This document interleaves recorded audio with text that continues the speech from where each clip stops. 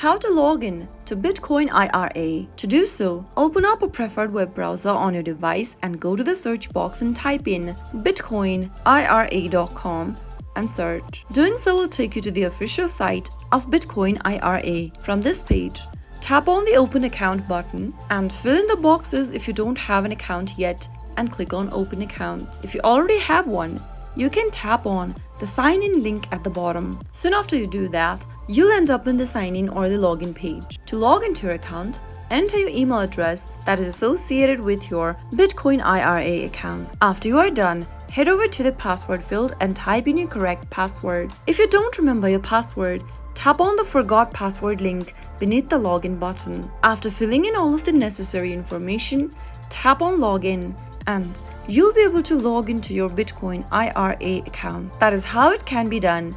If the video was helpful to you, go ahead and give us a thumbs up. Also, don't forget to subscribe to the channel by hitting the subscribe button. Press the notification bell icon so that you'll never miss another upcoming upload from us. I'll see you again with another video. Keep watching. Till then.